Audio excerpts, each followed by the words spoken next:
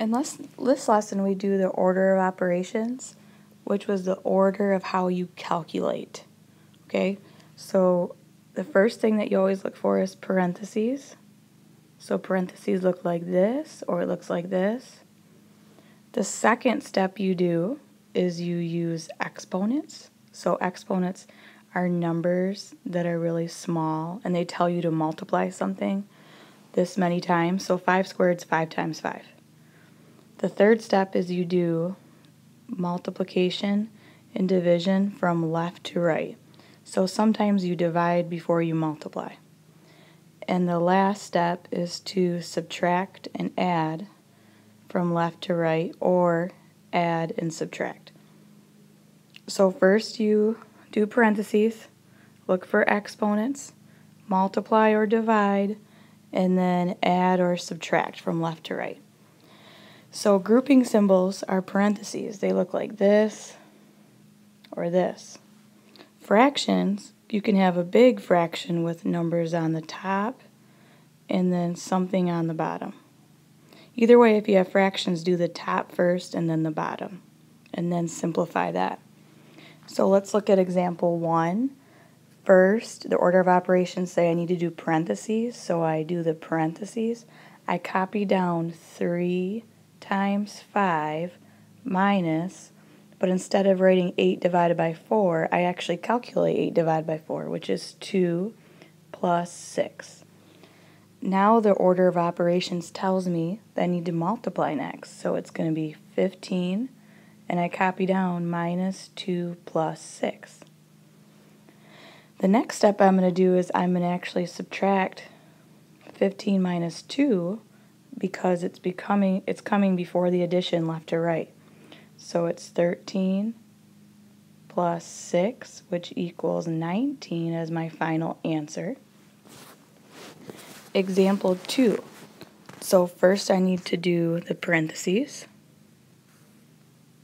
So now I copy 5, a plus sign, 6 times 4 divided by 2. Now I multiply and divide from left to right. So it's 5 plus, I have to do 6 times 4 first, so it's 24 divided by 2.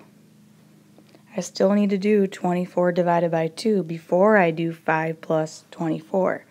So it's 5 plus 24 divided by 2 is 12. So 5 plus 12 equals 17. Here are some more examples to try. So remember, we do parentheses, exponents, multiply and divide from left to right, and add and subtract from left to right. So the first one, I need to multiply 2 times 7 first. So the answer is 8 plus 14. 8 plus 14 is 22. Circle it. B, it's a fraction, so I do the top part of the fraction and the bottom part of the fraction. The top part is 20. The bottom is 5. This is the same thing as dividing. So 20 divided by 5 equals 4. Letter C. I multiply 9 times 3 because there's no parentheses or exponents. So I do 27 plus 2 times 5. Now I need to multiply 2 times 5. So it's 27 plus 10 equals 37. Letter D is there's 2 sets of parentheses, so I can do them both at the same time. 18 plus 7 is 25 divided by 9 minus 4 is 5.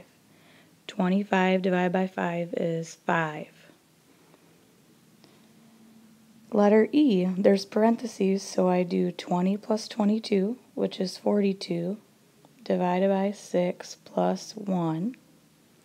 42 divided by 6 is 7. 7 plus 1 is 8. Circle it. And the last one is you have a lot of parentheses going on. You have this outside one, and then you have this inside one.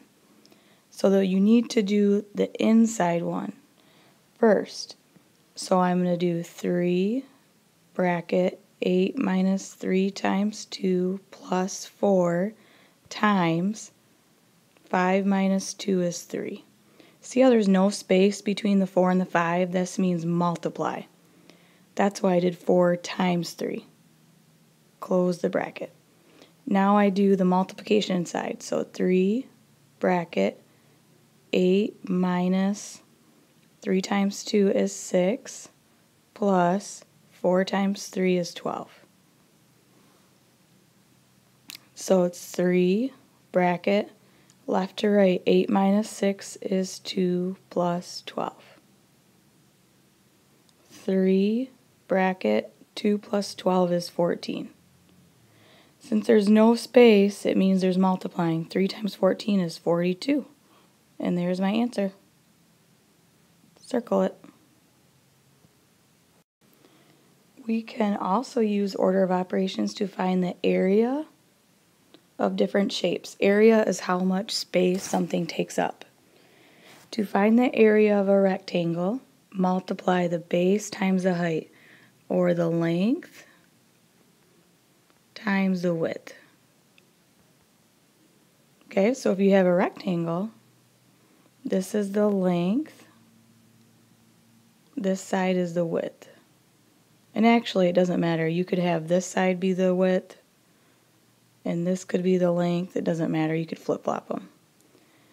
So, if I have a irregular shape, I need to break this into 2 rectangles. So I draw a line right here. And now I need to find the length and the width. This is 5. This is 8.